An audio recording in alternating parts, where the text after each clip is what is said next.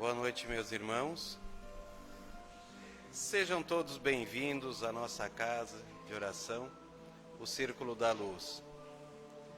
Que possamos todos nós encontrarmos na noite de hoje aquilo que viemos em busca, seja para o nosso refazimento físico, seja para o nosso refazimento espiritual. E para estarmos harmonizados com o ambiente, com a espiritualidade que trabalha aqui, vamos elevar o nosso pensamento através da oração que Jesus nos ensinou. Pai nosso que estais nos céus, santificado seja o vosso nome. Venha a nós o vosso reino, e seja feita a vossa vontade, assim na terra como nos céus. O pão nosso de cada dia nos dai hoje. Perdoai nossas ofensas, assim como nós perdoamos a quem nos tem ofendido, e não nos deixes cair em tentação, mas livra-nos, Pai, de todos os males, e que assim seja. E ainda envoltos na prece, vamos neste momento fechar os nossos olhos e em pensamento dirigirmos até nossos lares. E lá vamos percorrer cada cômodo, cada cantinho da nossa casa.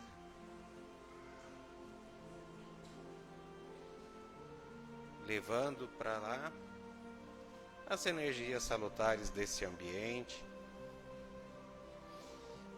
E que as pessoas que lá ficaram,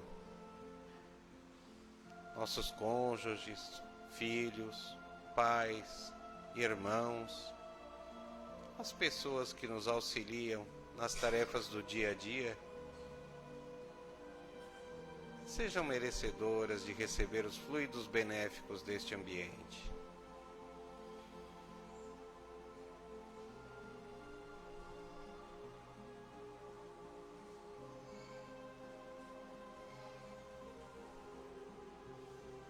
E voltando aqui para nossa casa, como fazemos toda quinta-feira, nós vamos ler uma passagem do Evangelho. E hoje escolhemos o capítulo 15, no item 6. Necessidade da caridade segundo Paulo. Ainda quando eu falasse todas as línguas dos homens e a língua dos próprios anjos, se eu não tiver caridade, serei como o bronze que soa e o símbolo que retine.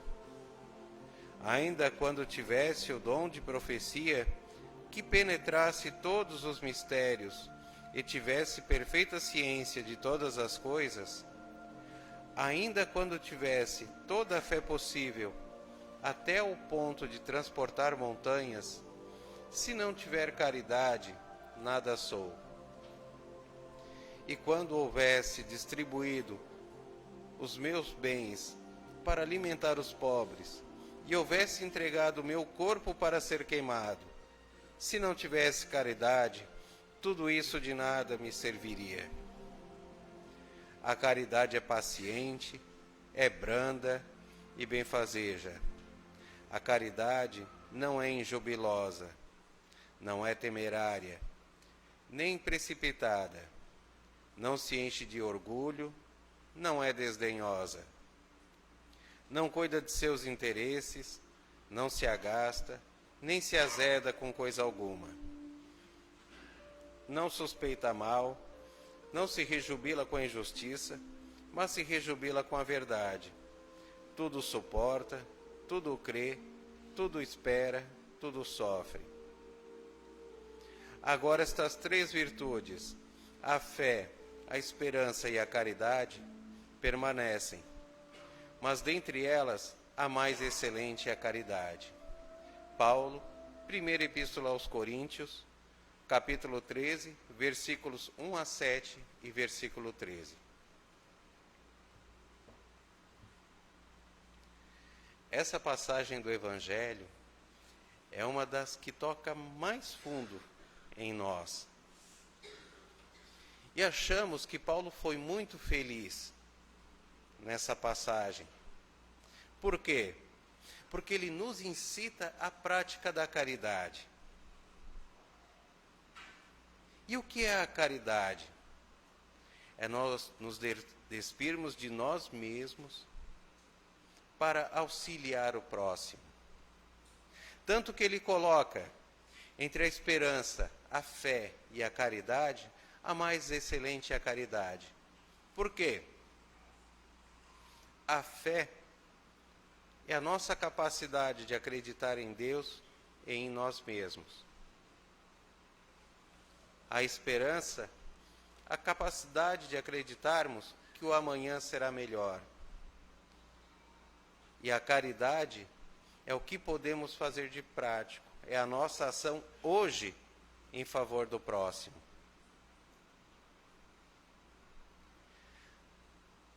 Só que ele ainda destaca alguns pontos da caridade. Que ela é paciente, ela é branda,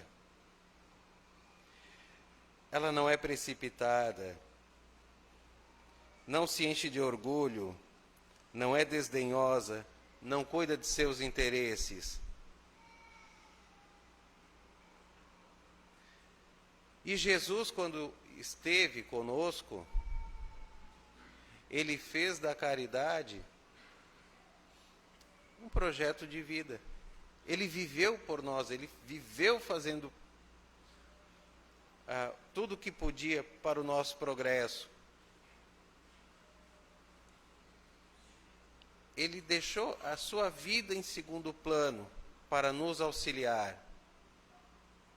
E junto de Jesus tivemos outros espíritos que agiram dessa forma, e podemos citar aqui Francisco de Assis. Então, que possamos aproveitar a lição deixada por Paulo e o exemplo desses espíritos missionários para nós também praticarmos a caridade. Pois quem aprende a praticar a caridade dá largos saltos a caminho da evolução. Que assim seja. E na noite de hoje, nós estamos recebendo a nossa irmã Roberta Fernandes, de Imbituba. Seja bem-vinda, Roberta. Que irá trazer para nós o tema Simão Pedro. Vamos vibrar com a nossa irmã, para que ela traga com facilidade o tema que com carinho preparou para nós da noite de hoje. Fique à vontade, Roberta.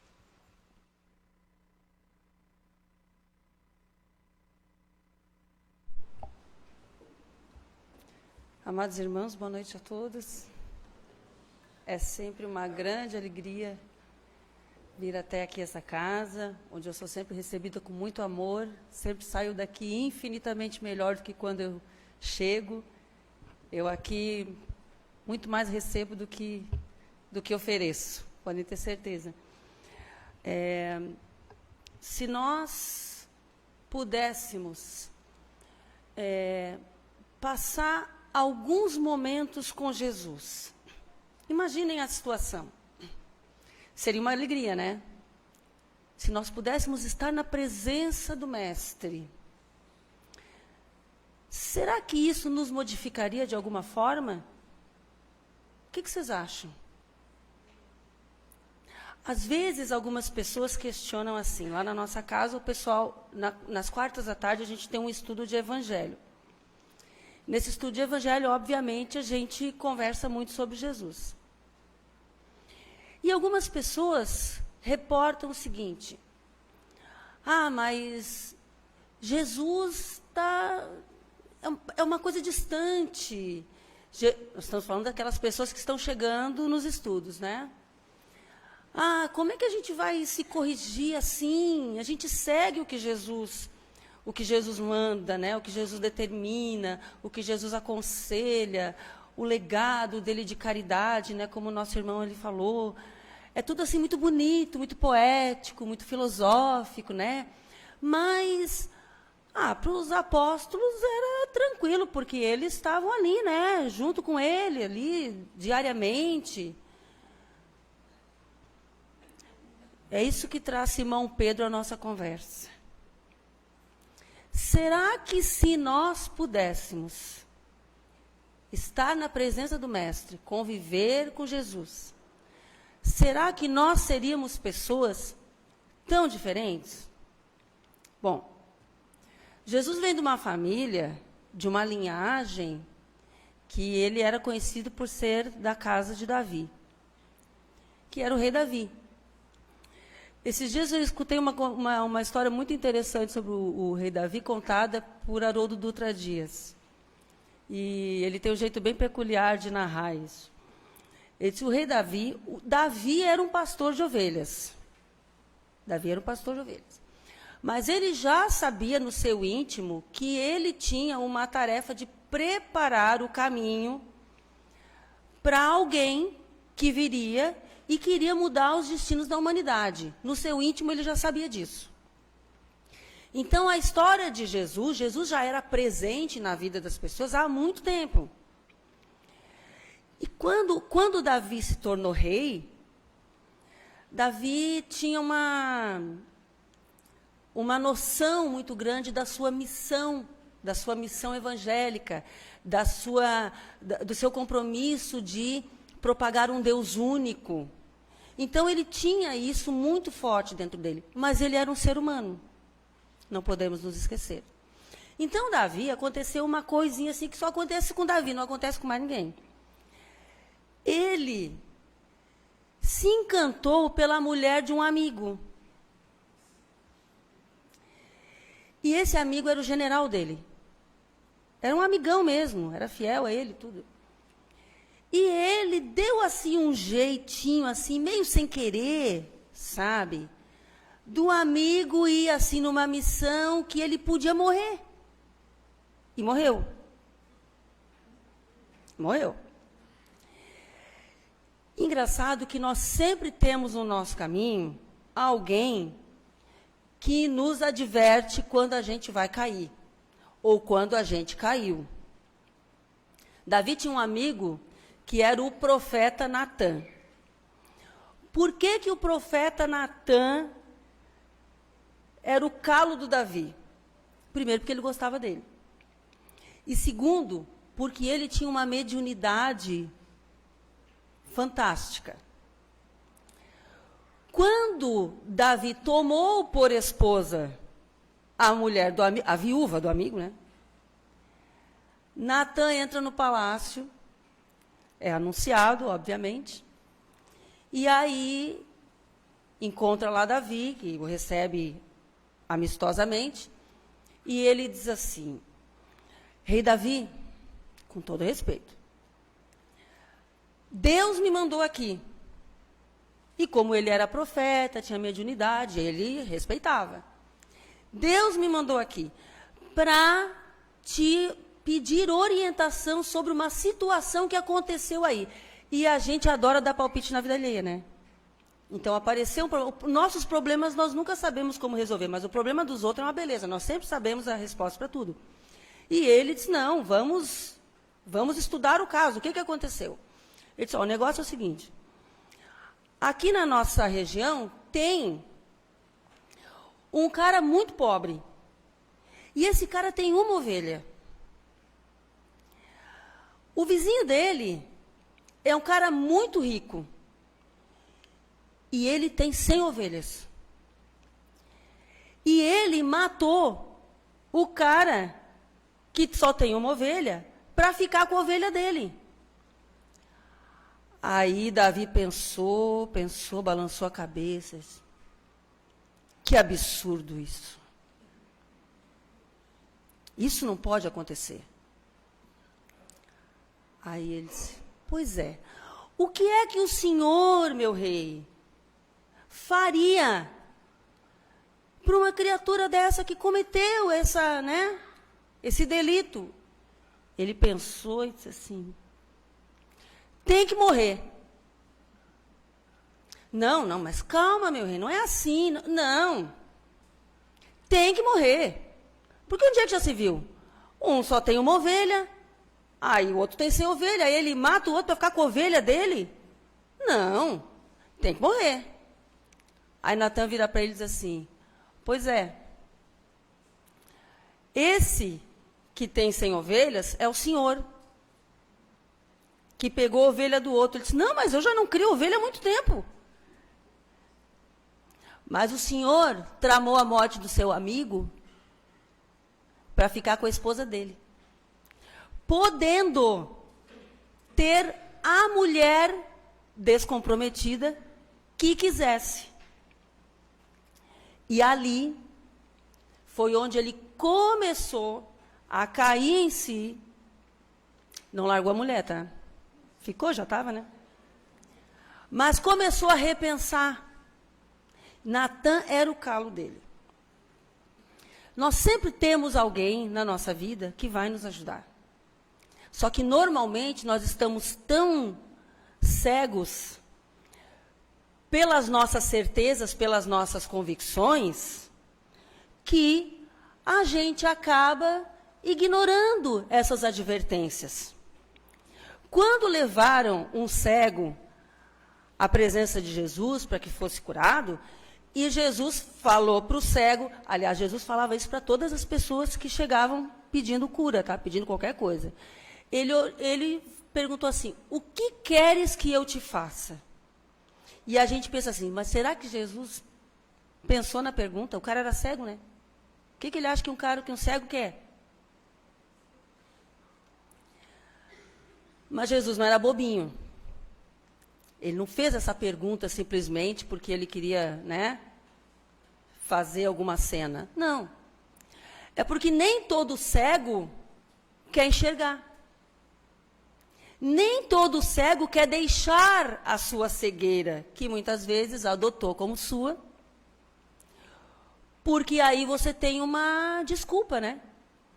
Se eu tiro a cegueira, se eu encosto a cegueira no canto, qual vai ser a minha desculpa para os meus deslizes? Então, a história do cego, ela é bem emblemática. Simão Pedro era cego. Não cego da vista, mas ele era cego. Nós, quando pensamos em Simão Pedro, eu não vim aqui para malhar o pau em Pedro, não, tá? Mas, por que é que Pedro fala tanto ao nosso coração? Porque Pedro era uma criatura como nós. Ele era um cara do povo, ele era uma pessoa comum, ele era um cara de bom coração. Vocês têm bom coração, né? Eu também tenho. Todo mundo acha que tem bom coração. Alguém aqui se acha ruim? Não, né? Nem pode. Ele tinha bom coração, mas ele era um cara rígido. Ele era duro. Ele era uma criatura, sabe, daquela assim que não... O caminho que traçasse, ele não tinha maleabilidade nenhuma. Ele não conhecia a lei dos meandros. Com ele era reto e direto. E o que acontecia? Às vezes a gente pensa assim, por que será que Jesus escolheu uma pessoa como Simão Pedro? Podendo pegar um cara mais dócil, podendo pegar um cara mais manso, né? Podendo pegar uma pessoa mais maleável.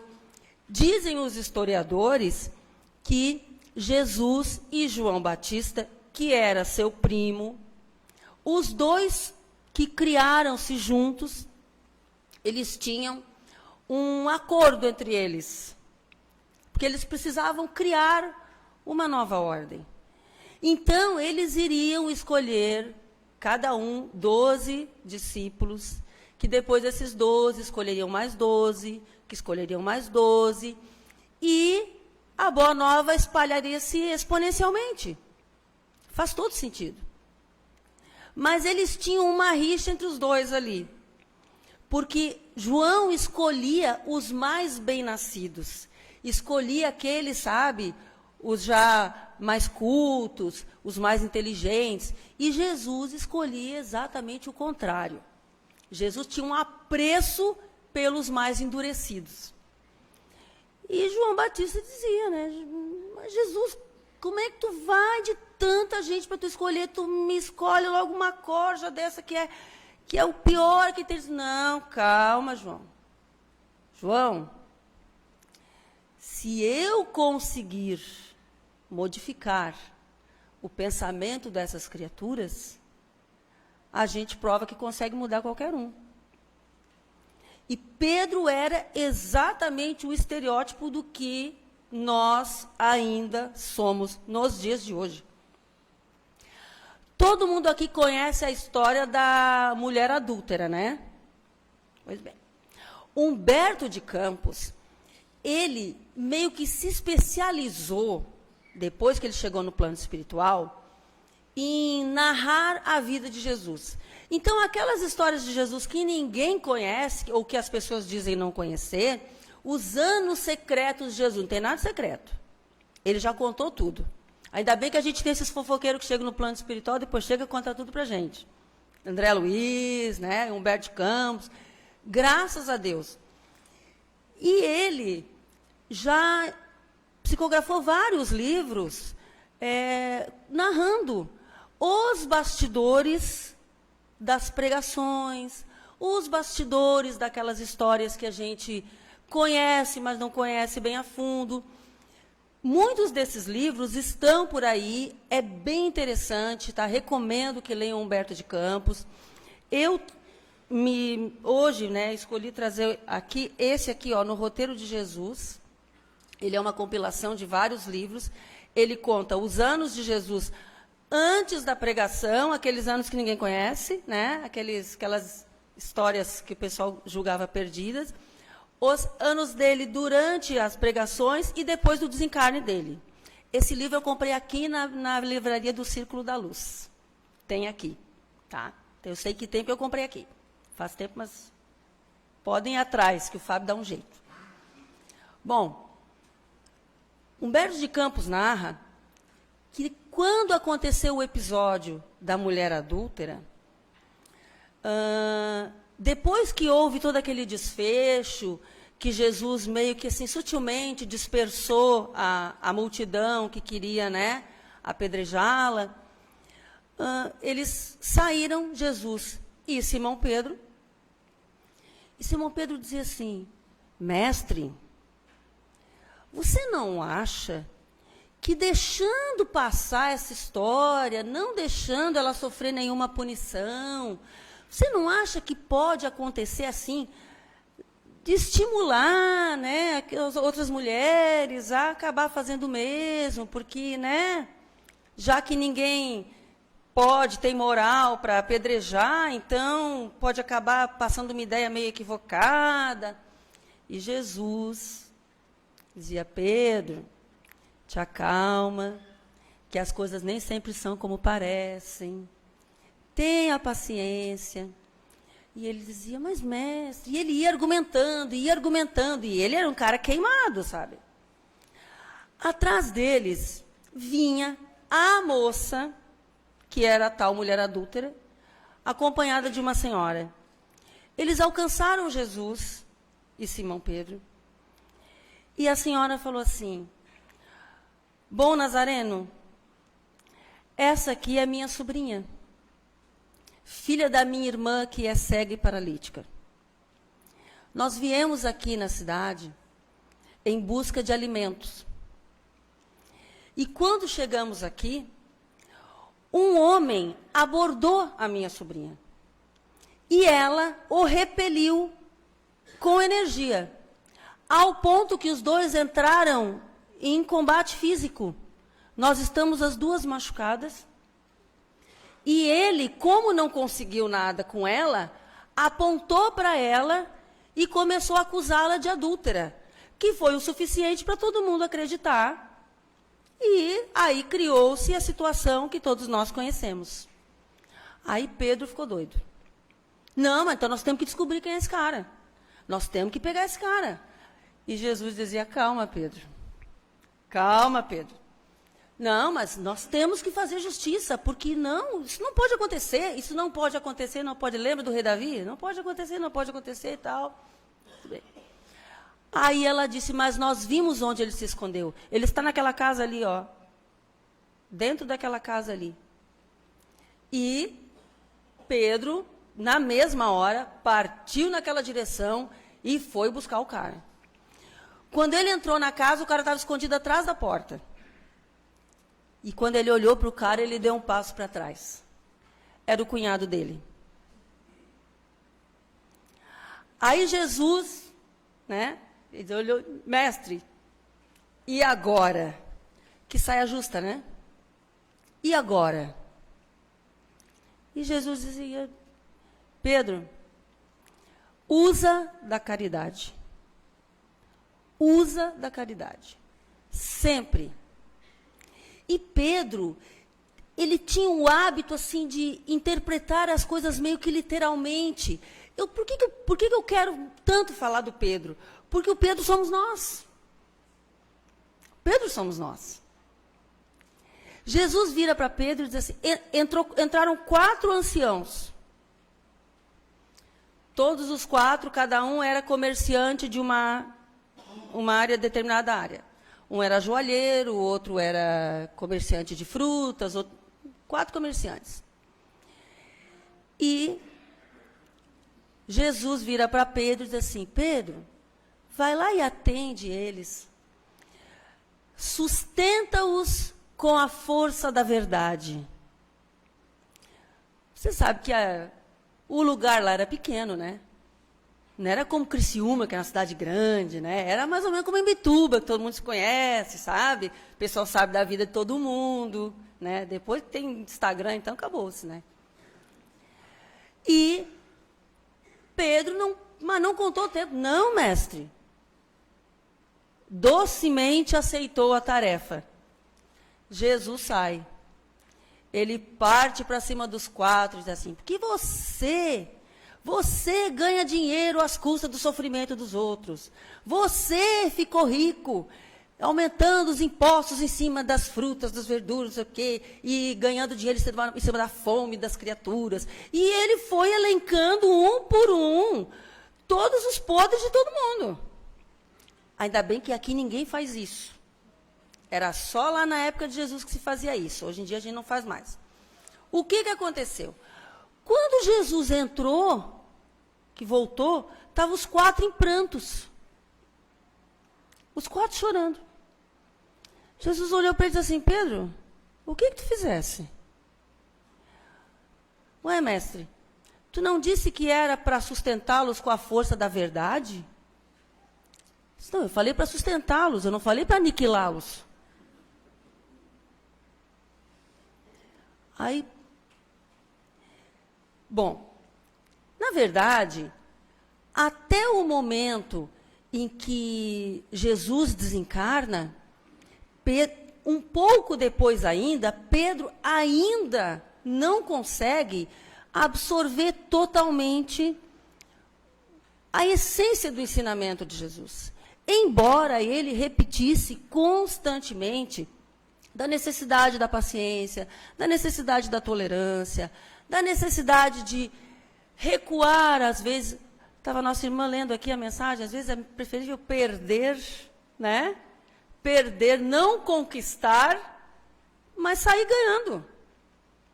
Porque às vezes a pessoa conquista o mundo e se perde. Então a proposta de Jesus nunca foi essa. Jesus, quando ele chegou e as pessoas sabiam que ele era o Messias, acharam que ele ia ser um senhor dos exércitos. Acharam que Jesus teria a capacidade de pegar, empunhar uma espada e sair abrindo a barriga das pessoas. Nunca podiam imaginar que o projeto dele era de um reino conquistado pela doçura, conquistado pela ternura, conquistado pela paz.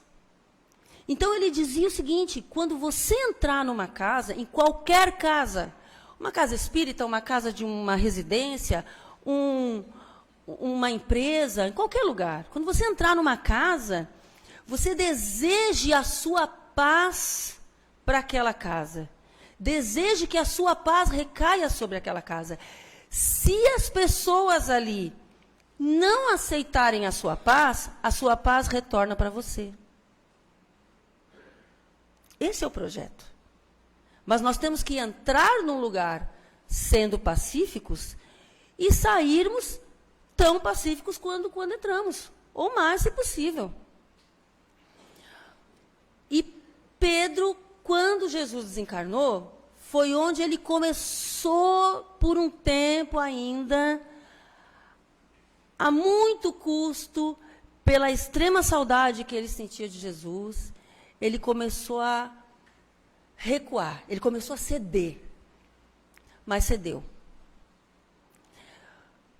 Teve uma determinada ocasião em que houve uma reunião dos cristãos, o Paulo de Tarso era outro, que também era boca braba, né? Vamos combinar. Ele não era manso, era esperto, mas não era manso. E eles fizeram uma reunião era o cristianismo que estava nascendo. Então, reuniram-se Pedro e os seus companheiros com Paulo e seus companheiros. E era engraçado que quem descreve a situação parecia assim que eram duas torcidas diferentes, sabe? Então, foi Pedro e levou seus torcedores e Paulo e levou seus torcedores. Então, todo mundo esperando para ver o embate dos dois aí, quem é que ia sair ganhando. E Paulo era muito eloquente. Paulo ganhava, na fala, na oratória, Paulo ganhava. Um determinado momento em que Pedro se manifestou, Paulo meteu o dedo e falou assim: mas você está errado. Imagina dois bicudos, tá? E se fôssemos nós, né? O cara mete o dedo assim: não, mas você está errado. E Pedro estava a ponto de entrar num embate com ele, e Humberto de Campos diz que naquele momento o cristianismo correu sério risco de morrer na semente. Porque se ali desse um racha, a coisa talvez fosse toda por água abaixo. Então, naquele momento, Jesus fez com que se projetasse na parede, que só Pedro viu, uma cruz. E quando Pedro olhou para aquilo e viu aquele sinal, ele recuou. E quando todo mundo olhou para Pedro e achou que ele ia lhe dar o guascaço de volta, né, como dizem os gaúchos, Pedro vira para Paulo e diz assim: você tem razão. Paulo está certo. Eu estou equivocado. E ali ele salvou o cristianismo. Quando Pedro foi preso, ele desencarnou, ele recebeu como pena de morte a crucificação, assim como Jesus. Só que naquele momento, ele, a criatura que já não era mais aquele Pedro endurecido, ao ponto de que quando, isso é contado no livro de Carbachute, o Atos dos Apóstolos, que quando as pessoas sabiam que Pedro estava chegando na cidade, eles se preparavam, pegavam as pessoas que estavam muito debilitadas, traziam naqueles catres, aquelas macas improvisadas, colocavam na estrada, ao longo da estrada, colocavam as crianças doentes, as pessoas que estavam adoentadas, colocavam todas ali. As que não poderiam chegar perto dele, ficariam na estrada, de forma que, quando Pedro passasse e o sol batesse, a sombra de Pedro tocasse aquelas criaturas, para que eles fossem curados. E eles eram curados. Pela força do magnetismo e pela força da fé que aquelas criaturas tinham. Esse era o Pedro que Jesus via.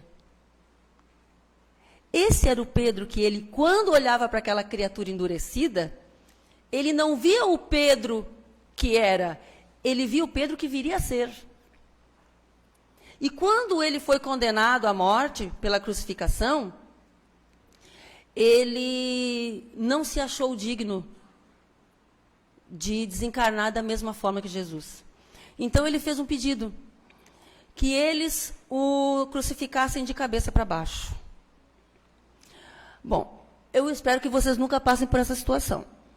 Mas, o que mata na crucificação é exatamente porque a pessoa está pendurada, e quando a pessoa começa a cansar, o corpo começa a ceder, e a pessoa morre esmagando os próprios pulmões. O peso da pessoa esmaga os pulmões, e a pessoa morre sufocada.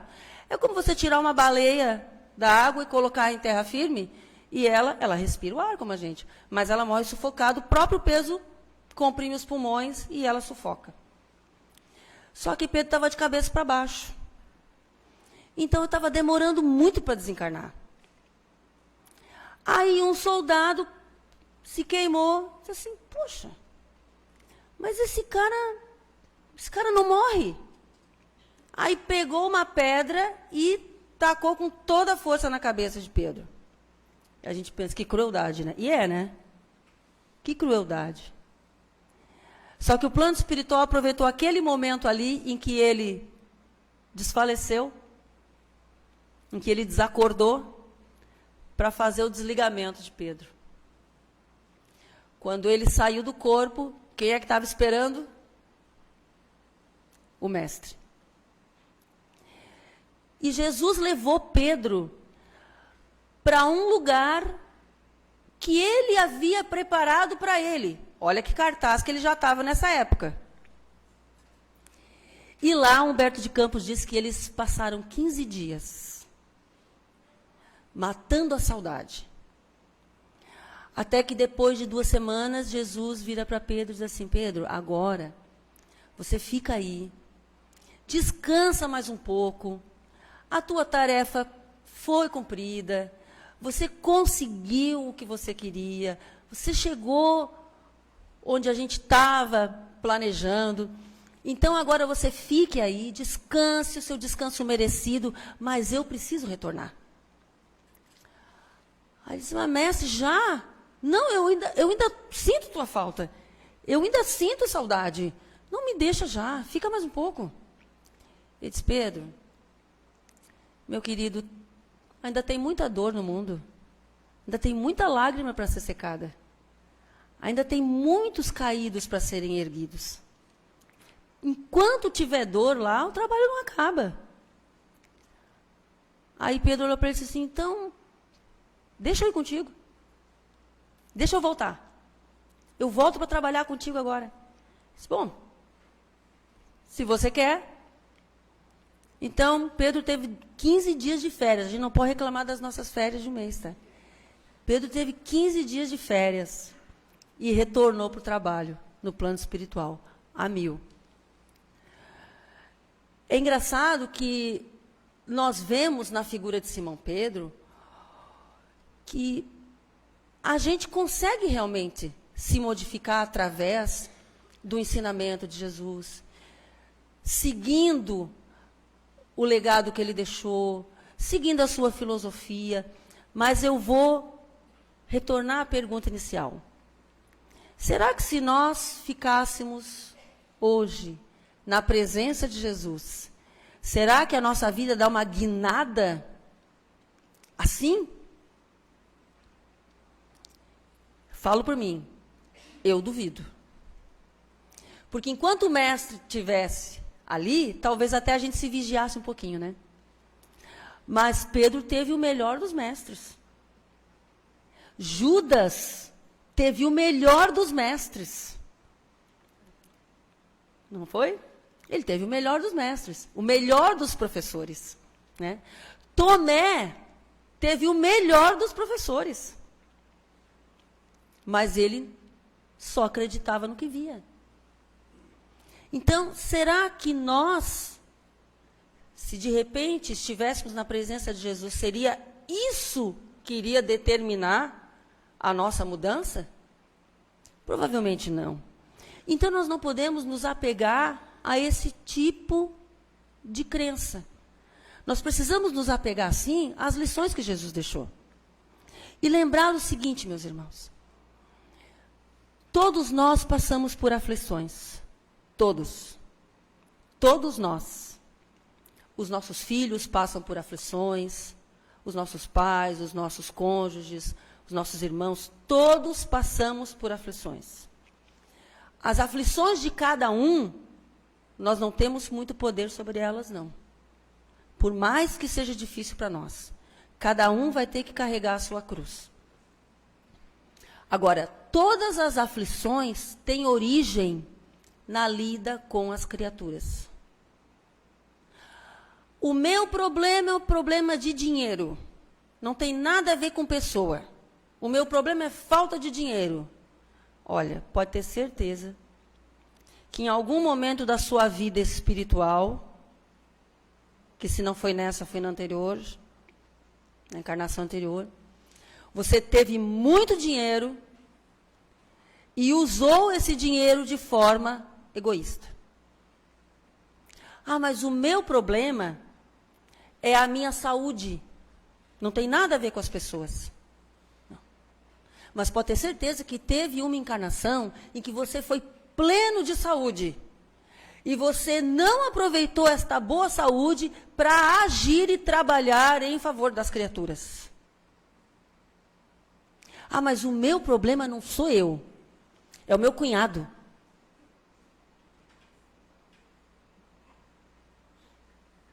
O irmão não, né? Irmão é uma beleza, para mim é o cunhado.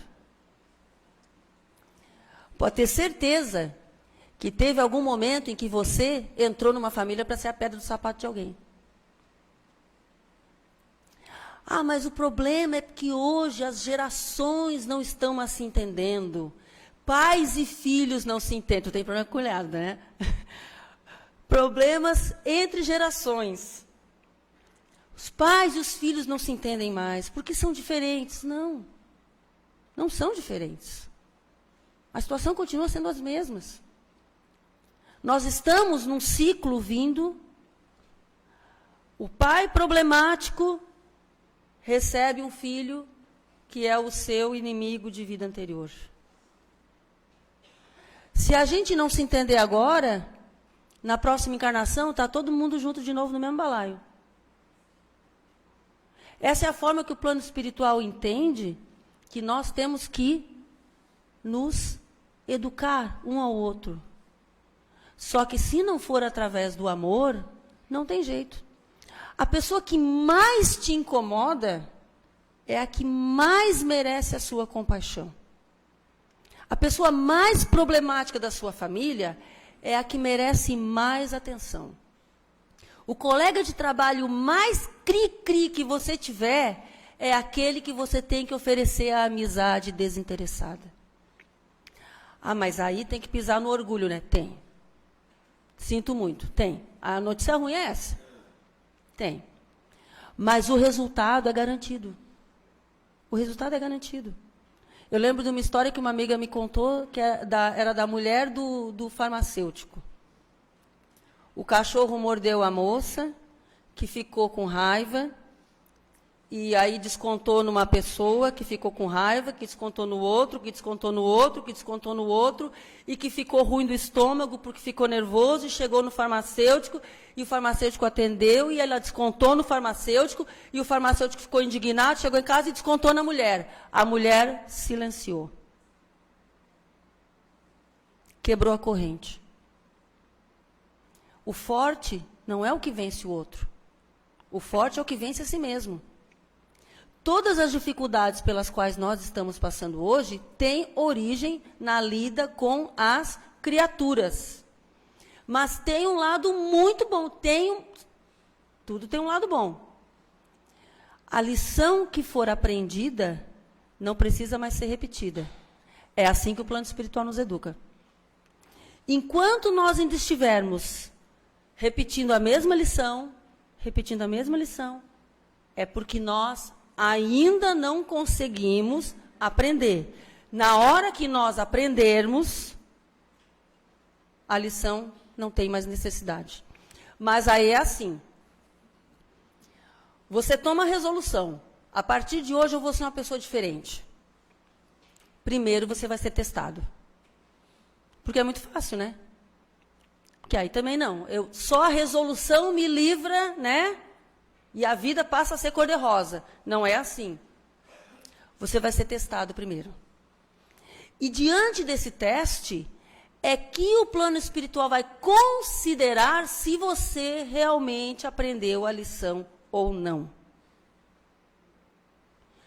Então, nós vemos criaturas que estão passando por dificuldades simplesmente porque não querem ceder. Ah, mas a culpa é do outro. Ou a culpa é do amigo espiritual, do inimigo espiritual, que eu já digo que é amigo, porque eles são nossos educadores. A culpa é tão fácil eu colocar a culpa em quem eu não estou nem vendo, né? Sabe por que nós temos inimigos espirituais? Sabe por que nós temos perseguidores nos dois planos da vida? Porque nós não perdoamos. E eles olham para nós e nos acompanham e olham e dizem assim, esse daí não mudou nada, só trocou o corpo. A personalidade continua a mesma. Então nós temos que ter cuidado. Cuidado com os nossos pequenos vícios e com os nossos grandes vícios, porque os maiores vícios são os vícios morais. Quando nós queremos falar mal de alguém e nós queremos fingir que somos bonzinhos, a gente fala assim, é o Tiago, né? Diego? O Diego. O Diego é ótimo, eu adoro o Diego, mas... Entenderam? Isso é de um cinismo tremendo. Nós preparamos o terreno para desferir o golpe. Então, quem fala do outro, fala de si. Nós estamos querendo enganar quem? Jesus não vamos enganar. Pode tirar o cavalo da chuva. E nem a nós. E quando nós retornarmos para o plano espiritual, não vai ter lá um tribunal nos julgando, tá? Não vai ter lá um juiz, um promotor, não vai, nada. Quem vai nos julgar é a nossa consciência. A nossa consciência que vai nos remeter magneticamente para os locais bem-aventurados ou de sofrimento, que são estados de consciência. Não são zonas geográficas. Não tem isso no plano espiritual. Ah, existe um lugar de sofrimento. Esse lugar de sofrimento é um estado de consciência. Então, nós temos que começar a preparar nossa consciência agora. Como é que a gente alivia a consciência? Cada um sabe como alivia a sua. E cada um sabe se vai continuar se enganando ou não. Com certeza, hoje nós vamos sair daqui melhores. Com certeza, hoje nós vamos sair daqui diferentes de quando chegamos. E eu, de minha parte, quero agradecer a paciência de vocês por terem me ouvido. Rogo a Deus, a Jesus e a todo o plano maior que nos abençoe a todos, nos protejam, nos iluminem, que essas bênçãos se estendam a todos aqueles que a nossa mente consegue alcançar num grande pulso magnético. Que Deus abençoe e proteja todos os nossos apoiadores, mas que abençoe e proteja igualmente, sem distinção, todos os nossos perseguidores. Que assim seja.